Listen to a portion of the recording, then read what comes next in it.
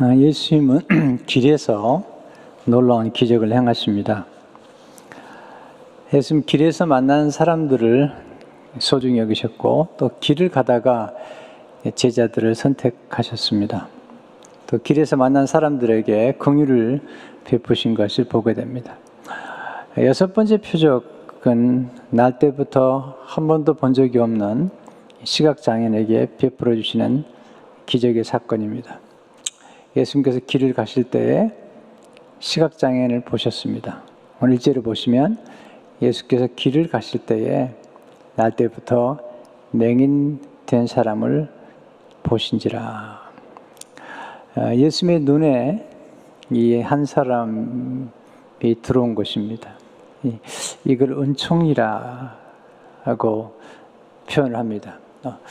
예수님의 눈에 들어온 것 또는 어떤 사람의 눈에 들어와서 그 사람에게 은혜를 베풀기 시작할 때 우리가 은총을 받았다. 길을 가다가 예수님께서 시각장애인을 보셨어요.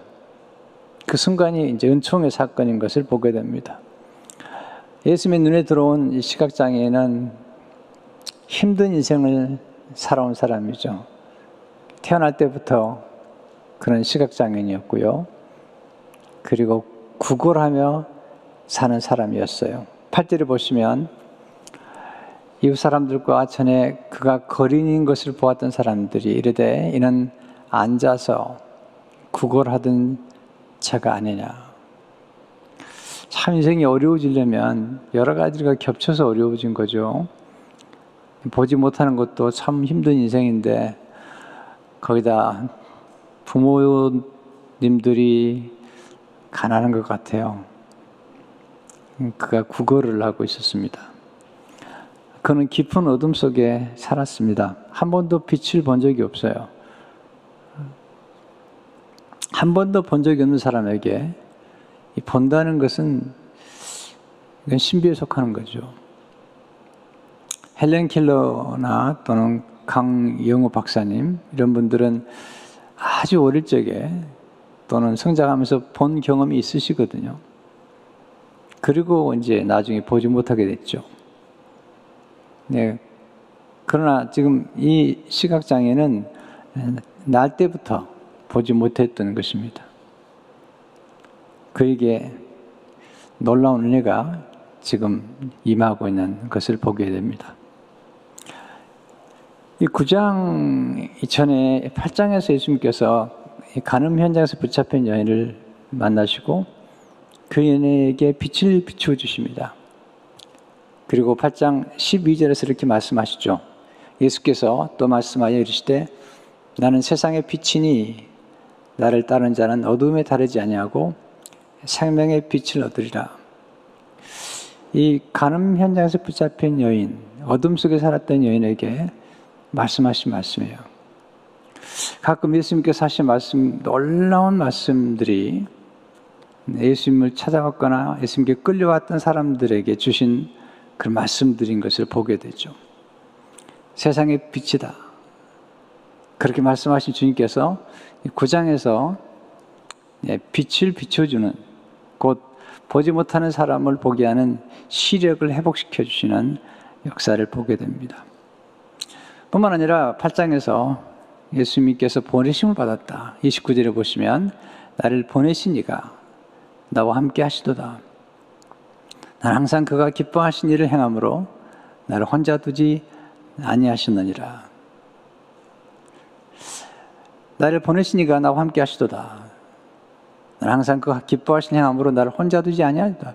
이게 이제 이 8장과 9장을 지금 연결시켜서 8장에서 세상의 빛이라고 말씀하신 주님께서 9장에서 이 보지 못하는 분에게 시력을 회복시켜 주시고 또 실로암이라고 하는 번냄을 받은 자라고 하는 뜻을, 번냄을 받은 이라는 뜻을 가진 실로암에 가서 눈을 씻고 낫게 하는 그런 역사를 지금 일으키고 있는 것을 보게 됩니다. 지금 이 요한복음을 쭉 한번 읽어보시면 이 요한복음이 이렇게 연결이 되죠. 8장에서 세상의 빛이라고 말씀하시고 9장에서 다시 한번 이 말씀을 반복하실 뿐만 아니라 빛을 주시는 것을 보게 됩니다. 9장에서 지금 이 시각장애인이 눈을 떴을 때 그는 빛을 창조하신 예수님을 보게 된 것입니다. 이건 정말 놀라운 사건이죠. 그 하나님을 본 것이죠. 그 당시 바리새인들은 예수님을 앞에 두고도 예수님이 하나님이신 것을 알지 못했고 하나님의 아들이신 것을 알지 못했지만 이 시각장애인은 눈을 떠서 예수 그리스도께서 하나님의 아들이신 것을 알고 깨닫고 경배까지 하는 이런 놀라운 역사가 나타나는 것을 보게 됩니다. 사도 요한은 지금 예수님이 어떤 분인가를 증언하는 중에 9장에서는 이 시각장애인을 통해서 예수님이 어떤 분인가를 지금 증거하고 있는 것을 보게 됩니다. 자, 오늘 이 말씀 속에서 우리가 배우는 소중한 교훈들. 첫째로, 예수님은 고난에 대해 새로운 빛을 비추어 주시는 것을 보게 됩니다. 제자들이 예수님에게 아주 중요한 질문을 해요. 이 시각장애인이 누구의 죄 때문인지 물어보죠. 본인의 죄입니까? 아니면 부모의 죄입니까? 이 죄를 보시면 제자들이 물어 이르되 라삐여, 이 사람이 맹인으로 난 것이 누구의 죄로 인함이니까? 자기니까? 그의 부모니까? 그 당시의 사람들은 이 장애로 태어난 사람은 죄 때문에 태어났다고 생각했던 거죠. 또는 장애를 저주로 생각했어요. 근데 예수님께서 그렇지 않다고 3절에 보시면 예수께서 대답하시되 이 사람이나 그 부모의 죄로 인한 것이 아니라 그에게서 하나님이 하시는 일을 나타내고자 하심이라. 놀라운 말씀을 주신 것을 보게 됩니다. 장애가 고난이라고, 장애라는 고난을 죄로 여긴다면 그것은 운명론이죠. 아닙니다.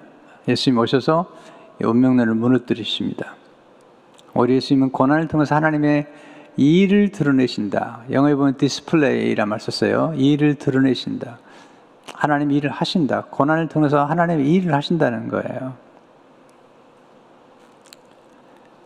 곧 고난 중에 있는 사람을 구원할 뿐만 아니라 고난 중에 있는 사람을 통해서 하나님의 일을 이루신다는 것을 보게 됩니다.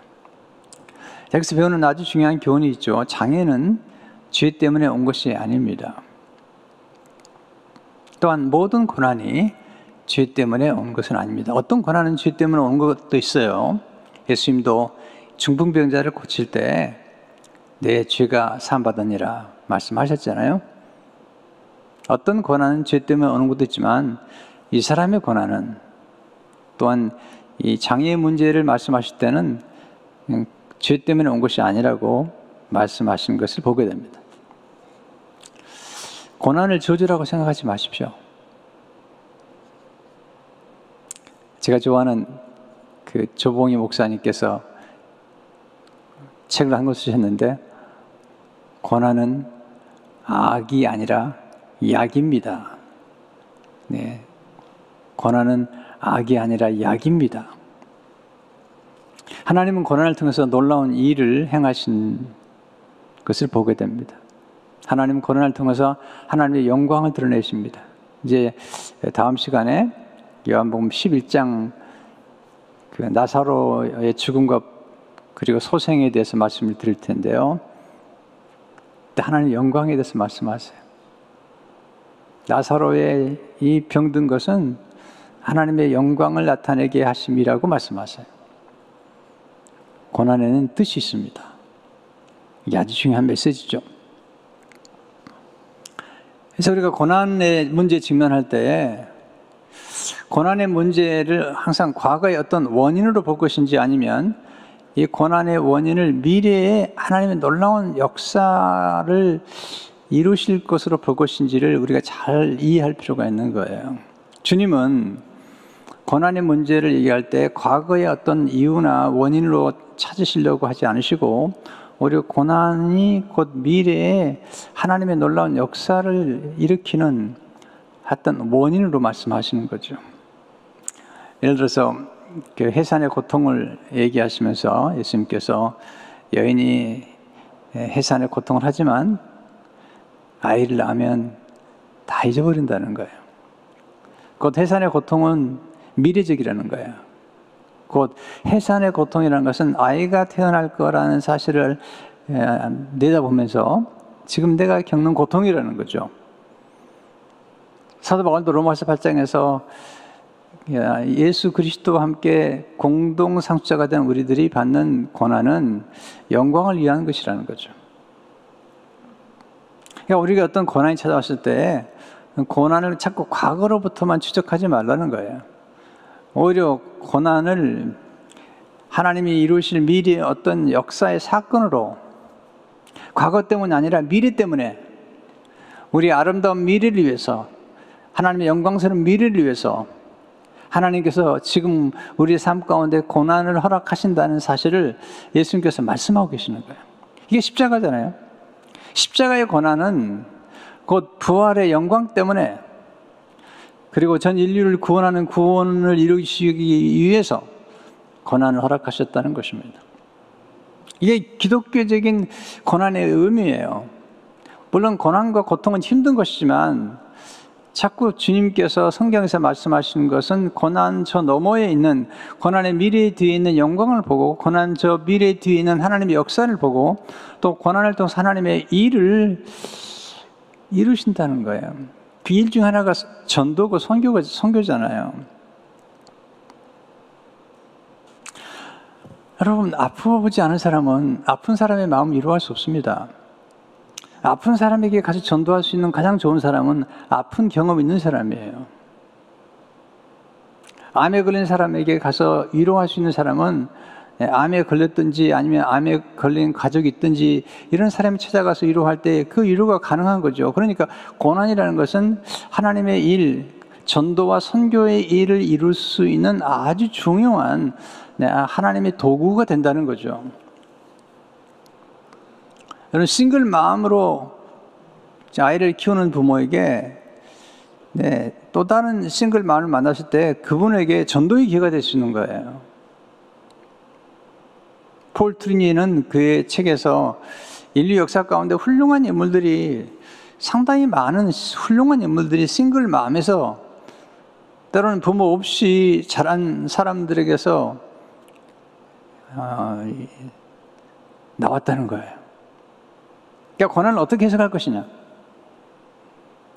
우리에게 주어진 어떤 고난과 역경을 어떻게 해석하고 어떻게 반응하냐가 우리가 해야 될 일입니다. 예수님께서 지금 그걸 가르치고 계시는 거예요. 고난을 자꾸 과거로 추적하지 말고 고난 저 너머에 있는 미래와 미래의 소망을 바라보면서 하나님께서 우리의 고난을 통해서 어떤 일을 이루실 것인가를 생각하는 그 생각, 거기에 놀라운 힘과 에너지가 있다는 거거든요.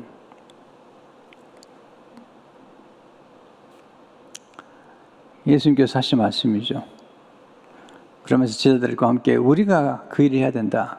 4절을 보시면 때가 아직 낮음에 나를 보내신 이 일을 우리가 하여야 하리라. 밤이 오리니 그때는 아무도 일할 수 없느니라. 우리가 해야 한다고 말씀하고 있습니다. 그리고 5절을 보시면 내가 세상에 있는 동안은 세상의 빛이로다. 예수님 빛을 만드신 분이세요. 창세기 1장 3절에 보면 하나님 이르시되 빛이 있으라 하시니 빛이 있었고, 하나님이 제일 먼저 창조하신 것이 빛인데 곧 그 빛을 만드신 분이 지금 이 땅에 모셔서 이 시각장애인을 만나서 그에게 시력을 주시는 것을 보게 됩니다. 창세기에 나오는 그 놀라운 빛의 창조의 역사가 요한복음 1장 서문에서 벌써 시작을 하죠. 1장 9절 10절을 보게 되면 참 빛, 곧 세상에 와서 각 사람에게 비추는 빛이 있었나니 그가 세상에 계셨으며 세상은 그로 말미암아 지은 바 되었을 때 세상이 그를 알지 못하였고, 참빛, 예수님이 참 빛이 되시죠. 빛을 만드신 분이기 때문에 그렇습니다. 또한 빛을 줄 수 있는 분이죠. 사람들은 예수님을 보지 못했어요. 그러나 영접하는 자, 곧 그 이름을 믿는 자들만 예수님이 빛인 것을 알았고 예수님을 영접했습니다. 그리고 예수님을 믿고 거듭난 사람만이 눈이 열려서, 영적인 눈이 열려서 예수 그리스도가 하나님의 아들이시요 하나님이신 것을 알고 경배할 수가 있는 것입니다. 오늘 성도 여러분들은 복을 받았습니다. 왜냐하면 예수 그리스도를 믿고 거듭났기 때문에 예수 그리스도의 영광을 보고 예수 그리스도의 하나님 되심을 알고 지금 경배하는 자리에 와 있잖아요. 사람들은 예수님 누구신지 모르죠. 예수님께서 안타까이 말씀하세요. 내가 본다고 하지만 보는 게 아니라는 거죠. 예수 믿고 너무 좋았던 것은, 저는 숙명론을 처음에 믿었거든요. 내 인생 이렇게밖에 안 되는 것이지 꿈을 꿀 수 없었어요. 저는 숙명론과 운명론의 노예가 됐던 사람이에요. 예수 그리스도를 만나기 전까지는. 제가 아무리 봐도 제가 태어난 가정 환경과 그런 여건으로 봐서는 내 앞길이 너무 어두운 거예요.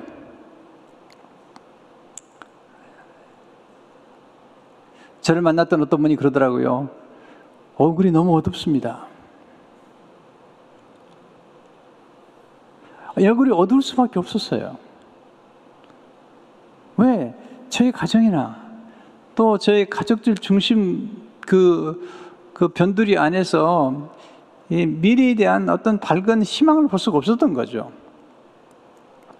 예수 그리스도를 만나고 운명이 아니라, 운명은 개척될 수 있으며 운명은 새롭게 길이 열릴 수 있다는 사실을 알게 된 것입니다. 제가 이제 얼굴이 굉장히 어두웠던 사람인데 함철훈 사진작가를 만나서 그분과 교제한 적이 있습니다. 그분이 책도 쓰셨는데요. 아주 사진을 잘 찍는 분이에요. 함철훈. 만나서 그런 얘기를 한 적이 있습니다. 제가 옛날에 얼굴이 아주 어두웠습니다. 그랬더니 지금 얼굴은 안 그렇습니다. 얼굴도 바뀝니다. 지금은 신수가 원합니다. 그렇게 얘기하더라고요. 얼굴이 바뀌었다는 거예요. 여러분, 인생에서 우리의 인상이 바뀌어간다는 건 참 좋은 거잖아요. 얼굴이 잘생기고 못생기고가 중요한 게 아니고 우리의 인상이 중요한 거예요. 근데 하나님 믿고 좋은 생각을 하고 밝은 생각을 하다 보니까 인상이 좋아진 거예요. 얼마 전에도 한 분이 그러시더라고요. 목사님 인상이 참 좋으세요. 너무 기분이 좋았어요. 인상이 나쁘다 본 것보다 낫잖아요. 그 이유가 뭐냐면 예수 그리스도를 믿고 내 인생에서 어떤 어려움을 만나든 시련을 만나든 간에 그 시련 저 너머에 있는 미래를, 밝은 미래를 볼 수 있다는 것 때문에 고난도 잘 견딜 수 있고 고난을 올바로 해석할 수가 있고 고난을 통해서 의미를 발견하고 또 고난 속에서 더욱더 하나님의 영광을 드러낼 수 있는 기회를 만들어가는 그런 경험을 하게 된 거거든요. 두 번째, 구원의 기적은 예수님의 전적인 은혜를 통해 일어난다는 것입니다. 고난의 새빛을 비춰주신 예수님께서 시각장애인의 눈을 열어주시고 구원의 손길을 베풀어 주십니다. 6절 7절을 보세요. 이 말씀을 하시고 땅에 침을 뱉어 진흙을 이겨 그의 눈에 바르시고 이르시되 실로암 못에 가서 씻으라 하시니 실로암은 번역하면 본음을 받았다는 뜻이라. 이에 가서 씻고 밝은 눈으로 왔더라.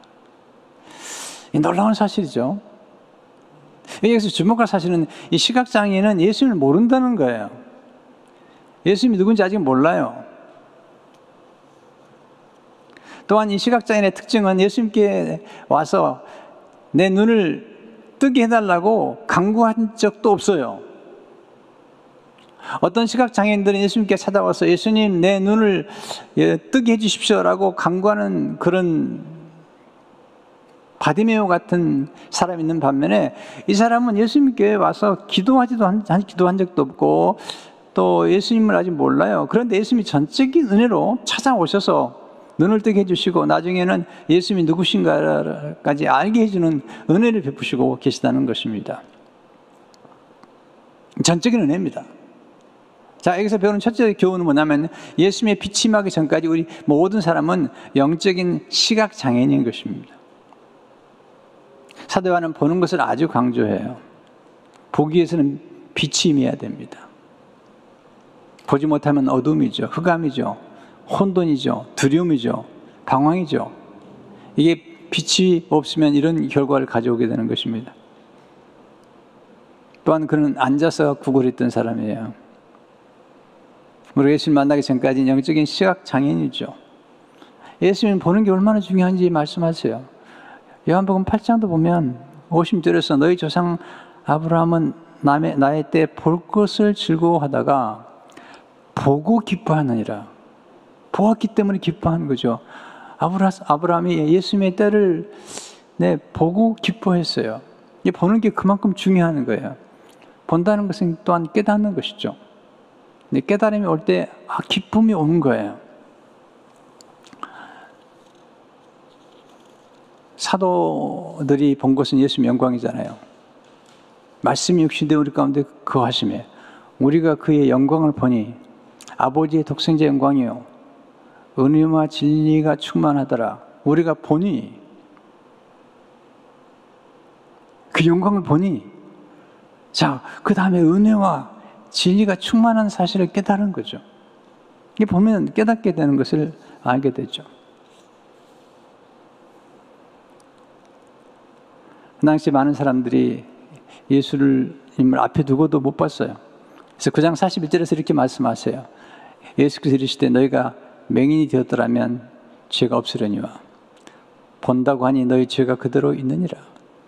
안식일 논쟁을 벌이는 바리새인들을 향해서 너희가 차라리 시각장애인처럼 살았더라면 나를 볼 텐데 너희가 본다고 하면서 보지 못하니 너희 죄가 그대로 있다. 그렇게 말씀하고 계시는 겁니다. 그래서 보는 것이 얼마나 중요한지 누가복음 11장 33절 35절에 보면 내 몸의 등불은 눈이라. 내 눈이 상하면 온몸이 밝을 것이요 만일 나쁘면 내 몸도 어두우리라. 그러므로 내 눈 속에 있는 빛이 어둡지 않은 것 보라. 본다는 것은 굉장히 중요한 거예요. 두 번째로 예수님 말씀에 순종할 때 눈이 열리게 됩니다. 예수님이 시각장애인의 눈을 열어주시는 게 좀 독특해요. 땅에 침을 뱉어서 진흙을 이겨 그의 눈에 발라주셨어요. 여기서도 배우는 교훈이 있습니다. 첫째는 예수님은 가장 가까이 있는 것들을 통해 기적을 행하신다는 겁니다.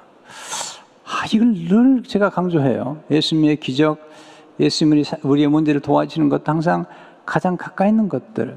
예수님께서 지금 이 사람의 눈을 뜨게 해주는 것도 바로 그리고 예수님의 침.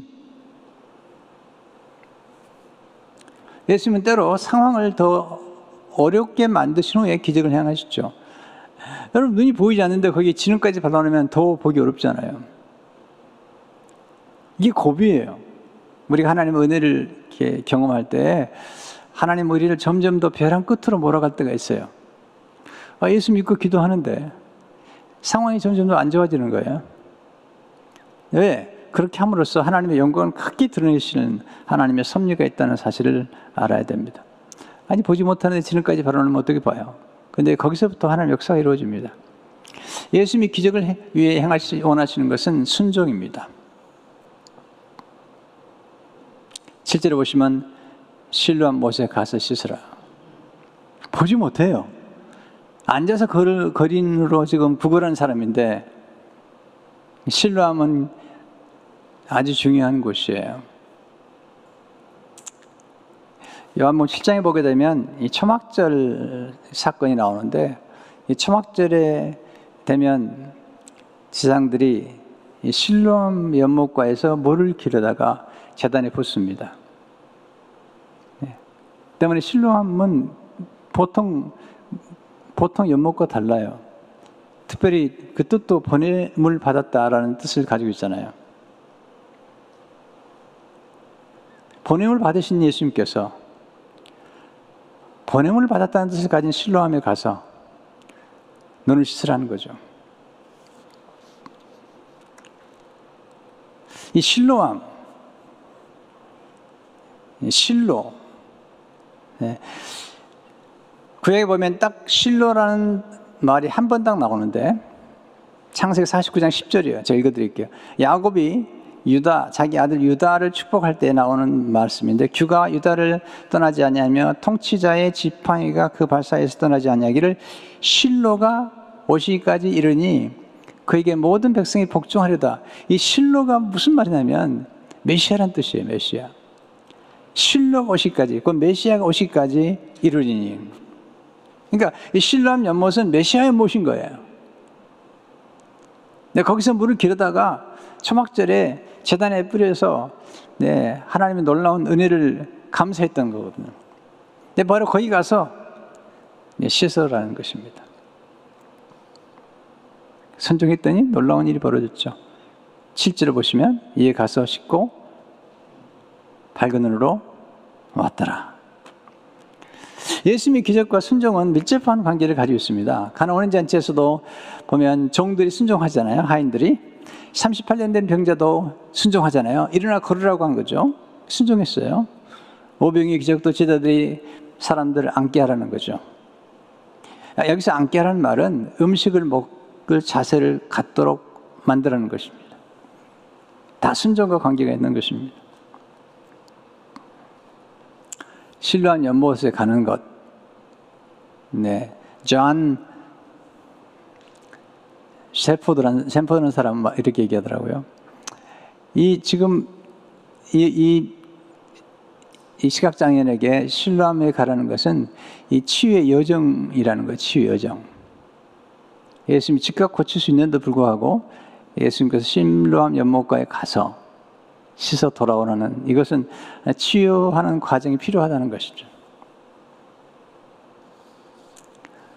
진흙으로, 침과 진흙을 이겨서 눈에 바르고 실로암 연못가에 가서 씻어야 될 때요, 씻는 것은 본인이 해야 된다는 거예요. 눈을 뜨게 해주시고 또 보게 해주시는 분은 예수님이시지만 실로암 연못가에 직접 가야 돼요. 뿐만 아니라 본 스스로가 그 연못에 씻어야 돼요. 예수님이 대신해 주는 게 아니고 시각장애인이 해야 될 일이라는 거죠. 기적은 예수님이 일으켜 주시지만 이 기적의 역사가 나타나기 위해서는 순종이 필요하다는 것입니다. 요한복음에 보면 회개라는 단어가 한 번도 나오지 않아요. 아주 독특해요. 요한복음에는 회개라는 단어가 한 번도 나오지 않지만 회개라는 대신에 자주 나오는 단어가 순종이라는 단어예요. 순종이 강조된 것입니다. 여러분, 순종할 때 기적이 일어납니다. 순종할 때 눈이 열립니다. 순종할 때 하나님이 하신 일이 드러납니다. 만약에 이 사람이 순종하지 않았다면 하나님 일이 드러나지 않죠. 이 치유와 구원의 역사가 드러나지 않죠. 순종할 때 하나님의 영광이 드러납니다. 보세요. 순종의 한 걸음이 우리 인생의 새로운 장을 열어줄 수 있습니다. 이게 좀 강조하고 싶어요. 순종의 한 걸음이 우리 인생의 새로운 장을 열어줄 수 있습니다. 만약에 이 사람이 순종하지 않았다면 그 인생은 새로운 인생이 열리지 않았을 거예요. 열릴 수 없습니다. 순종의 한 걸음, 아브라함이 이삭을 바쳤던 그 순종의 한 걸음, 갈대아우를 떠나라고 했을 때 아브라함이 갈대아우를 떠났던 그 순종의 그 한 걸음, 그 한 걸음이 새로운 장을 열어줄 수 있다는 거예요. 가끔 하나님 말씀을 여러분이 들으실 때 이 말씀에 순종해야 되겠다라고 순종했을 때 그 순종하면서 열리는 새로운 역사가 우리 가운데 있는 거거든요. 믿음만 가지고 안 돼요. 믿음과 순종이 함께 만날 때 기적이 일어나는 거예요. 믿음에는 반드시 순종이 따라와야 되는 것이죠. 이분이 믿음이 좋아요는 뭘 의미하죠? 하나님의 말씀을 믿고 실천할 때, 하나님의 말씀을 믿고 적용할 때, 하나님 말씀에 순종할 때 그때 믿음이 자라는 거고 거기서 하나님의 놀라운 역사가 나타나고 기적을 경험할 수 있는 거거든요. 세 번째, 예수님의 은혜를 경험할 때 예수님을 증거하게 됩니다. 시각장애인이 처음 보았어요. 빛을 보았습니다. 하늘을 보았습니다. 땅을 보았습니다. 나무와 꽃을 보았죠. 그러나 그가 본 것 중에서 가장 소중한 것은 예수님을 보는 것입니다. 시각장애인은 하나님의 큰 은혜를 받았습니다. 사람들이 놀라죠. 이 사람이 누구냐는 거예요. 어떤 사람들은 시각장애인을 보고 믿질 않아요. 이 사람이 옛날에 시각장애인이라는 사실을 안 믿으려고 그래요. 그때 눈을 뜬 사람이 말합니다. 내가 그라. 내가 시각장애인인데 이제 보게 됐다는 것입니다. 그래서 묻죠. 내 눈이 어떻게 떠졌느냐. 8절 10절을 보시면 이웃 사람들과 전에 거리는 것을 보았던 사람들이 너희는 앉아서 구걸하던 자가 아니냐. 어떤 사람은 그 사람이라 하며 어떤 사람은 아니라. 그와 비슷하다 하거늘 자기 말은 내가 그러하니 그들이 묻되 그러면 내 눈이 어떻게 떠졌느냐. 어떤 사람들은 안 믿으려고 작정을 했어요. 11절에 이렇게 고백하죠. 대답하되 예수라 하는 그 사람이 진흙을 이겨 내 눈에 바르고 나더러 실로암에 가서 씻으라기에 가서 씻었더니 보게 되었노라. 예수라 하는 그 사람이 아직 자기 눈을 뜨게 해준 그분이 누군지 몰라요. 예수라는 그 사람이라고 표현하고 있잖아요.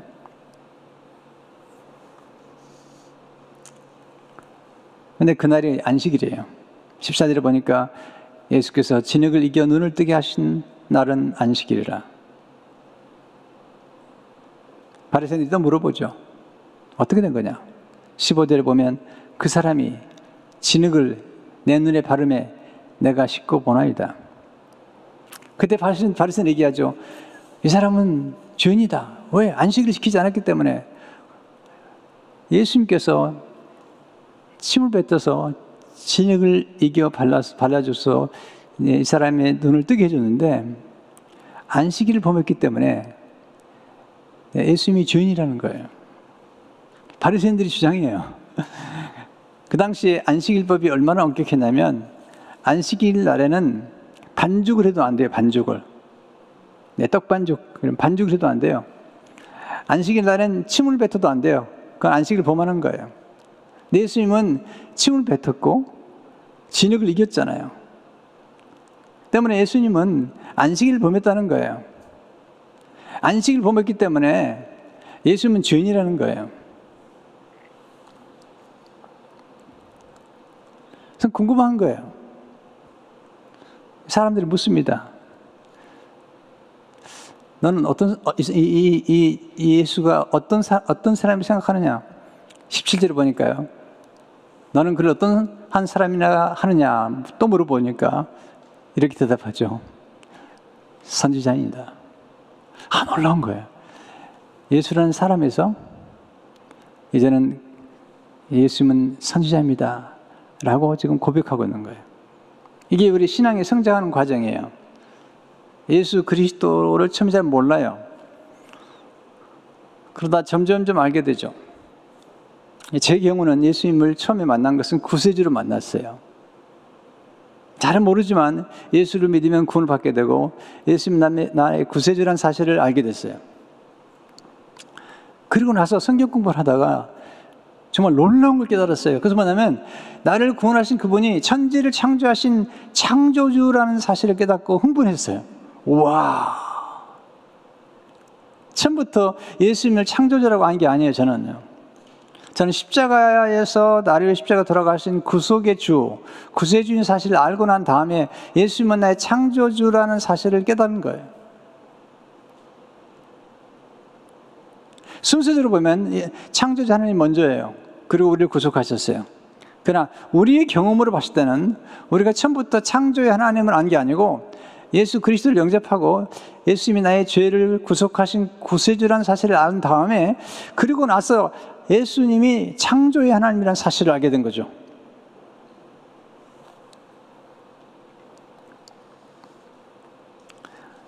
사람들이 말을 해요. 안식일 본식 때문에 내 눈을 뜨게 해준 예수라는 사람은 죄인이라는 거예요. 그랬더니 놀라운 간증을 해요.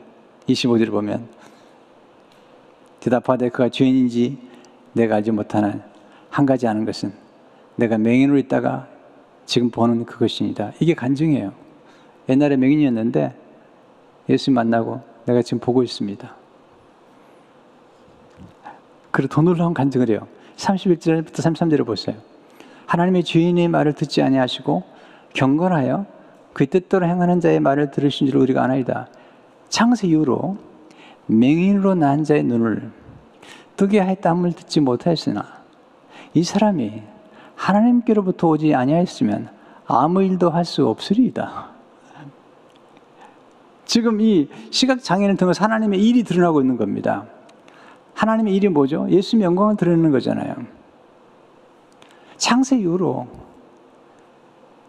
나면서부터 맹인된 사람의 눈을 뜨게 한 분이 없었다는 거예요. 때문에 이분은 하나님께로도 온 사람이라는 거예요. 온 분이라는 거예요. 놀라운 간증을 하고 있는 거예요.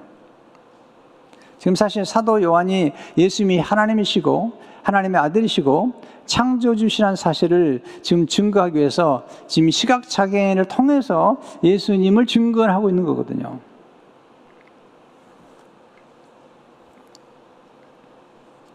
대단한 거죠.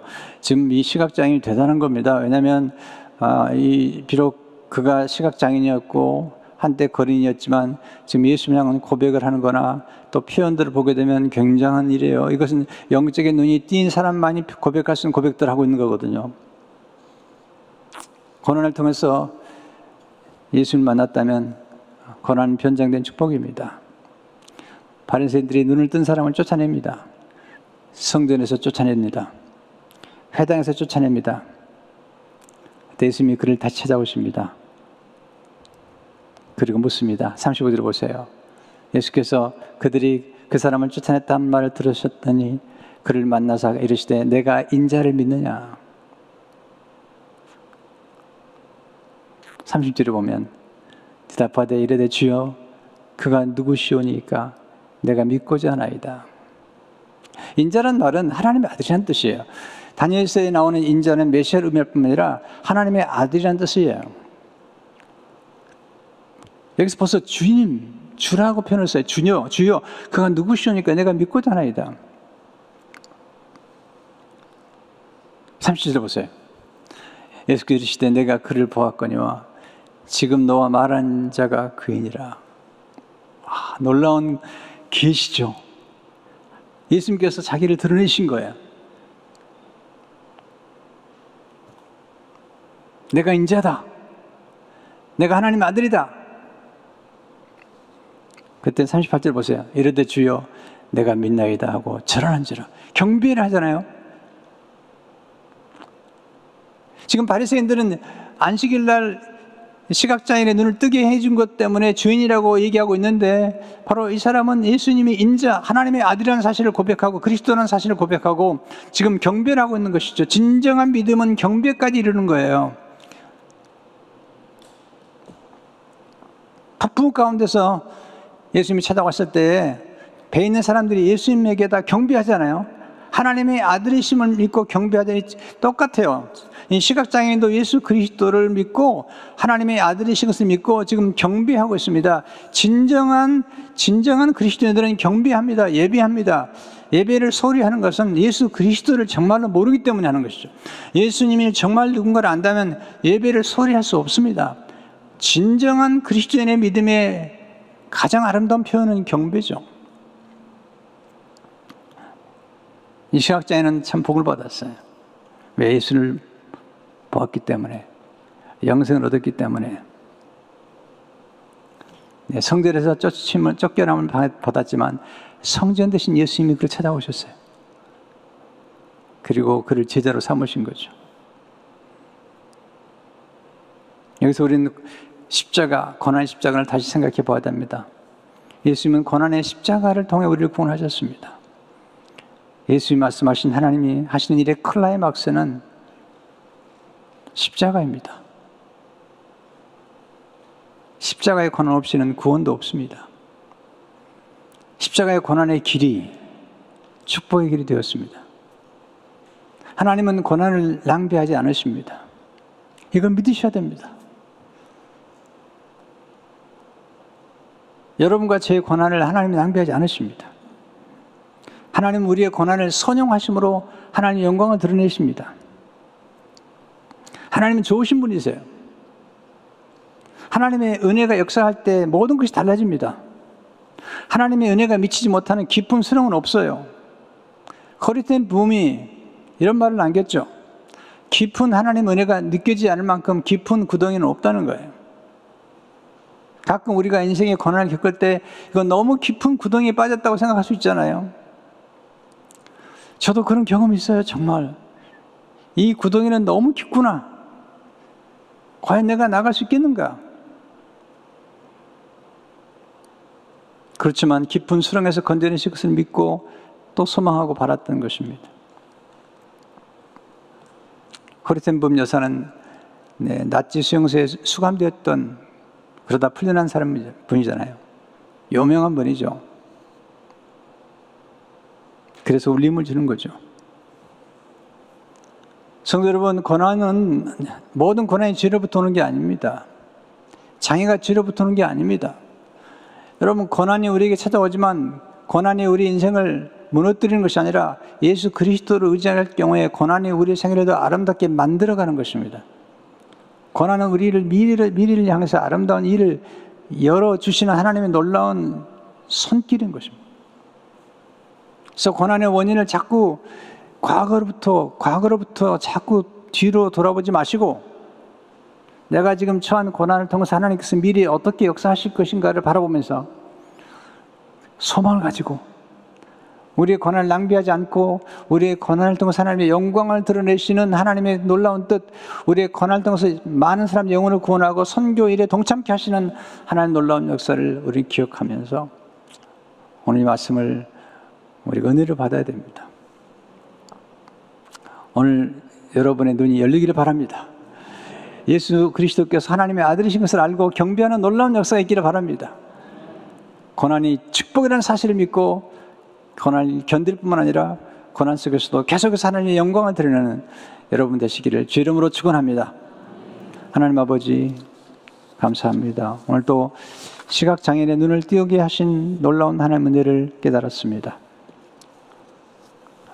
절대로 어려움이라고 낙심하지 않게 하시고 고난 중에 더 놀라운 일을 이루시는 하나님의 영광을 알며 하나님의 뜻을 알고 고난을 낭비하지 아니하고 고난 속에서도 하나님의 영광을 크게 드러낼 수 있도록 축복해 주옵소서. 예수 이름으로 기도하옵나이다. 아멘.